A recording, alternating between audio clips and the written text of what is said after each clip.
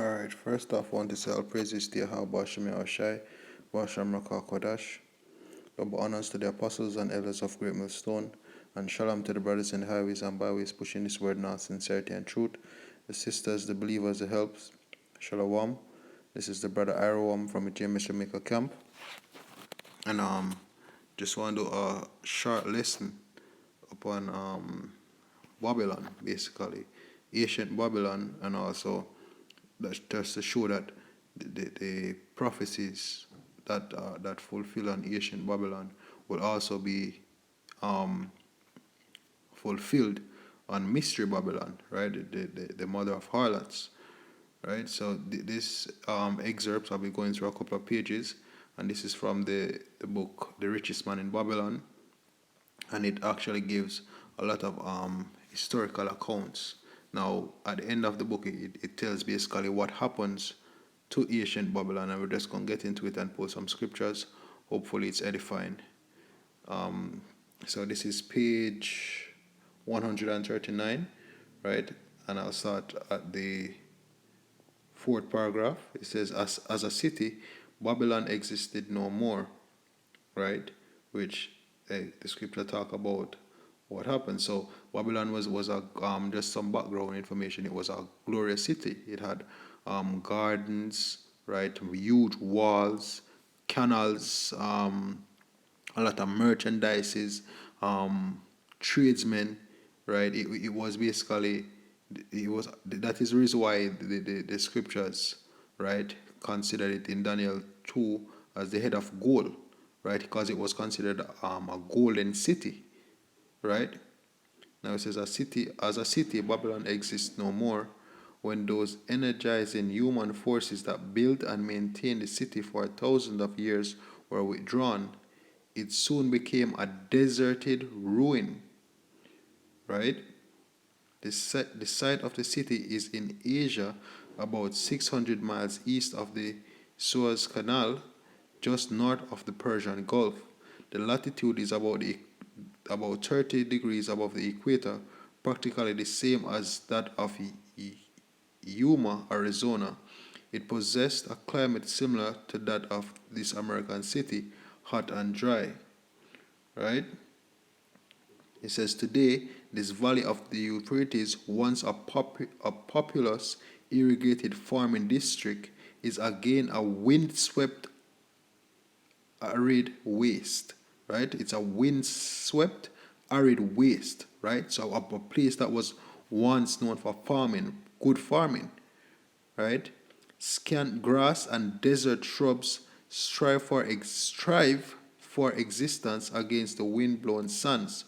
Gone are the fertile fields, the mammoth cities, Slovakia, and the long caravans of rich merchandise.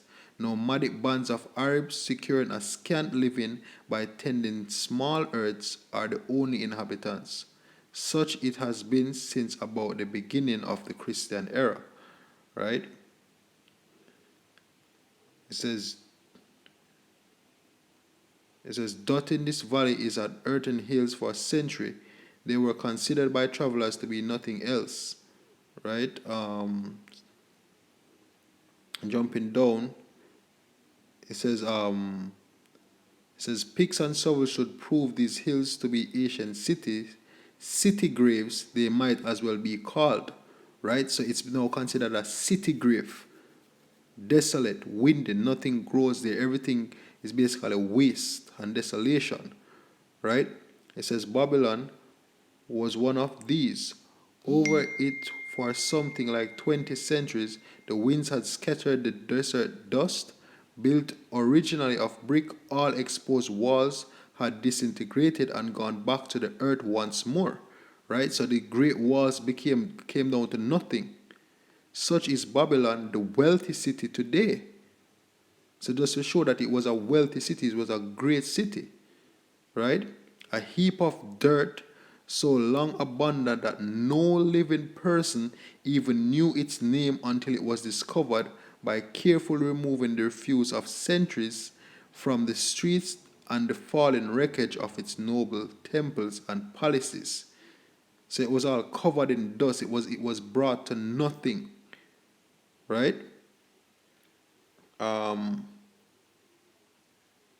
It says an interesting fact, this connection is the means to use to determine dates. Uncovering the ruins of Babylon were descriptions of an eclipse of the sun. Modern astronomers rarely compute the time with such an eclipse visible in Babylon occurred that thus establish a known relationship between their calendar and our own. So if it even goes for sure that we even have records of an eclipse. Now, why is it that is very symbolic?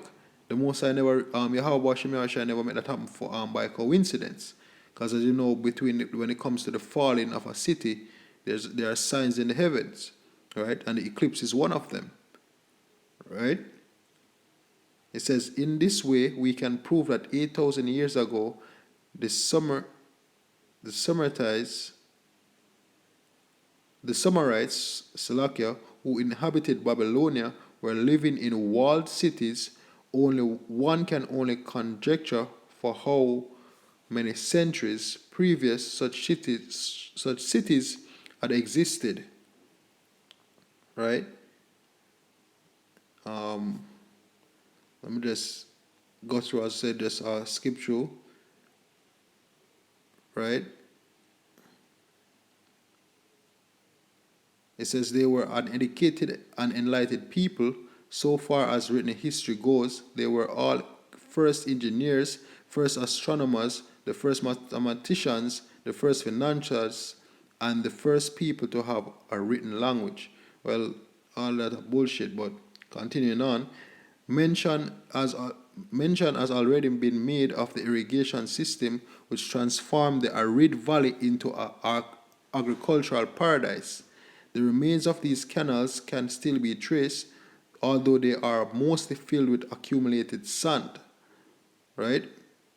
So it just goes to show that, look, everything basically brought down.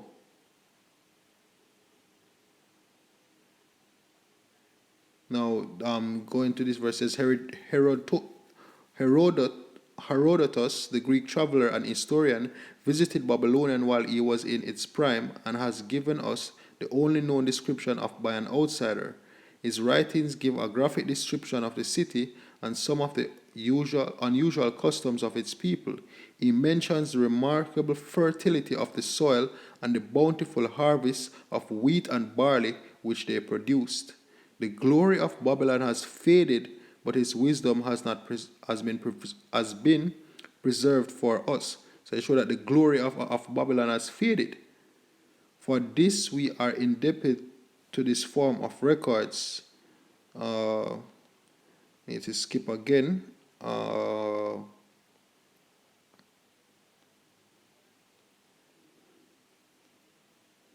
says one of the outstanding wonders of Babylon was the immense walls surrounding the city. The ancients ranked them with the Great Pyramid of Egypt as belonging to the seven wonders of the world. Queen Semiramis is credited with having erected the first walls during the early history of the city, which goes back to what? Idolatry. Modern excavators have been unable to find any trace of the original walls, nor is their exact height known. From the mention made by early writers, it is estimated they were about 50 to 60 feet high, faced on the outer side of with burnt brick and further protected by a deep moat of water. So you go for sure that, look, even the great city that they are and the great wall that they supposedly built was nowhere to be found. Right? That is how the Most High made it a wasteland where a lot of things that in which they gloried in was basically removed. Right? Moving on.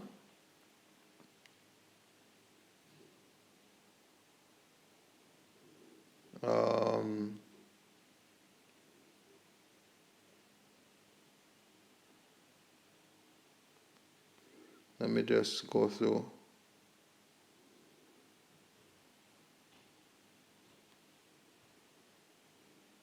It says Babylon was never entered by hostile armies until about 540 years before the birth of Hamashiach. Even then the walls were not captured. The story of the fall of Babylon is most unusual. Cyrus, one of the great conquerors of that period, intended to attack the city and hoped to take its impregnable walls.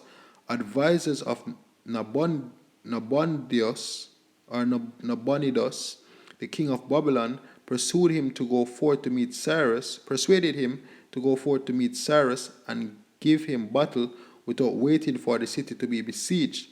In the succeeding defeat of the Babylonian army, it fled away from the city. Cyrus thereupon entered the open gates and took possession without resistance. And this goes to show that, look, the prophecies in Daniel were fulfilled, which this also helps to prove credibility to this in regards to the scriptures. As you know, you have people always that come up and say the scriptures fake and the scriptures is a story and all them things, right? But these even go ahead for show that this history is in accordance with the scriptures, right? It says, thereafter the power and prestige of the city gradually waned until it is in. Thereafter, Salakia, the power and prestige of the city gradually waned until, in the course of a few hundred years, it was eventually abandoned, deserted, left for the winds and storms to level once again to that desert earth from which its grandeur and origin and had to which its grandeur had originally been built. Babylon had fallen, never to rise again, but to its civilization owes much. Right? The eons of time have crumbled to dust the proud walls of its temples, but wisdom of Babylon endures. So it just goes to show that, look, the Most High basically comments that which he said would happen to ancient Babylon. And guess what? This will also be applied unto modern day Babylon as well. Right? Let's get in the scripture. Right?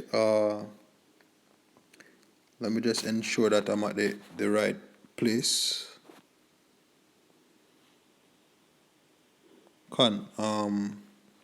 This is Jeremiah 51, starting at verse 36, going to jump around as well.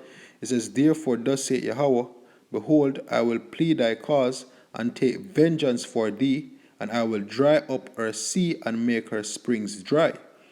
And Babylon shall become heaps, a dwelling place for dragons, an astonishment and an hissing without an inhabitant. Which that all the history that we just read proved that the Lord had brought that to pass, and this also shall be applied unto modern day Babylon. Right? They shall roar together like lions, they shall yell as lions whelp. Right?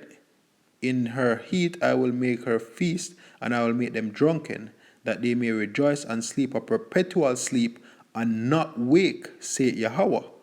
Right? And that showed that what happened to ancient Babylon. It says, how is Shecton taken, and how is the praise of the whole earth surprised? How is Babylon become an astonishment among the nations? The sea is come upon Babylon, and if you read Revelation 17, it tells you that the seas are the waters, are peoples, nations, and tongues. It says the sea is come upon Babylon, she is covered with the multitude of the waves thereof. Her cities are desolate, a dry land, and a wilderness, a land where no man dwelleth, neither doth any son of man pass thereby. Right? As it tells them, they have to dig up the ancient Babylon. I will punish Bel in Babylon, and I will bring forth out of its mouth that which he had swallowed up. All of the glory and riches and pride, right, was brought to naught. And the nations shall not follow together any more unto him. Yea, the wall of Babylon shall fall. Right? That great Babylon, that great wall that was how many feet high, and even in the same book it tell you how wide it was, or it can hold how many chariots, right, and soldiers, right? My people, go ye out of the midst of her, and deliver ye every man his soul from the fierce anger of Yahweh. Right? At least your heart faint, and ye fear for the rumor that shall be heard in the land. A rumor shall both come 1 year, and after that in another year shall come a rumor, and violence in the land, ruler against ruler. And we see even this appear every day you hear about news, right? With America and its enemies, mainly Russia, right? Iran, hearing about civil unrest, hearing about riots, right? Hearing about the major world war to come. It says, therefore, behold, the days come that I will do judgment upon the graven images of Babylon, and her whole land shall be confounded, and all her slain shall fall in the midst of her. Right? Now, just jumping down. Verse 53, though Babylon shall mount up to heaven, and though she should fortify the height of her strength, yet from me shall spoilers come unto her, saith Yahweh. Right? Which is, we basically see that happening now. Right? The sound of a cry cometh from Babylon, a great destruction from the land of the Chaldeans, because Yahweh had spoiled Babylon, and destroyed out of her the great voice. When her waves do roar like great waters, a noise of their voice is uttered. Because the spoil is come upon her, even upon Babylon, that her mighty men are taken, every one of their bows is broken, for Yahweh, power of recompense, shall surely requite it. And I will make drunk her princes, and her wise men, her captains, and her rulers, and her mighty men, and they shall sleep a perpetual sleep, and not wake, saith the King, whose name is Yahweh, Lord of hosts. It says, thus saith Yahweh, Lord of hosts. The whole chapter is good. The broad walls of Babylon shall be utterly broken, and her high gates shall be burnt with fire, and the people shall labor in vain, and the folk in the fire, that they shall be weary. And this goes to show that, when you read the book, it tells you how they had slaves, lines of slaves carrying water and brick to the continual building of the wall. Right? As a matter of fact, let me just get the wall. It says, the height and the length of these later walls staggered belief. They are reported upon reliable authority to have been about 160 feet high, the equivalent of the height of a modern 15-story office building. The total length is estimated as between 9 and 11 miles. So wide was the top that a 6-horse chariot could be driven around them of this tremendous structure. Little now remains except proportions of the foundations and the moat. In the addition of the ravages of the elements, the Arabs completed the destruction by quarrying the brick for building purposes elsewhere. Right? So that go for sure that look, the Lord Yahweh Hashem Yahushua did exactly what he said he would do to the wall of Babylon. Right? Verse 60, so Jeremiah wrote in a book all the evil that should come upon Babylon, even all these words that are written against Babylon. Right? Going down, verse 63, and he said, and it shall be, when thou hast made an end of reading this book, that thou shalt bind a stone to it, and cast it into the midst of Euphrates, and thou shalt say, thus shall Babylon sink, and shall not rise from the evil that I will bring upon her, and they shall be weary. Thus far are the words of Jeremiah. And that's what happened to modern day Babylon. As we say, all the merchant trade, all the trading, right, the goodly things, right, all of the glamour and glory and the awe of the mystery daughter, which is America, right, the mystery daughter of Babylon, it's about to go down, just like its mother, So, with that, hope you brothers were edified. Once more, once all praises to Yahweh Bashem Yahweh Shai Bashem Rakakwadash. Double honors to the apostles and elders of Great Millstone. And shalom to the brothers in the highways and byways pushing this word now, sincerity and truth. The sisters, the believers, the helps. Shalom.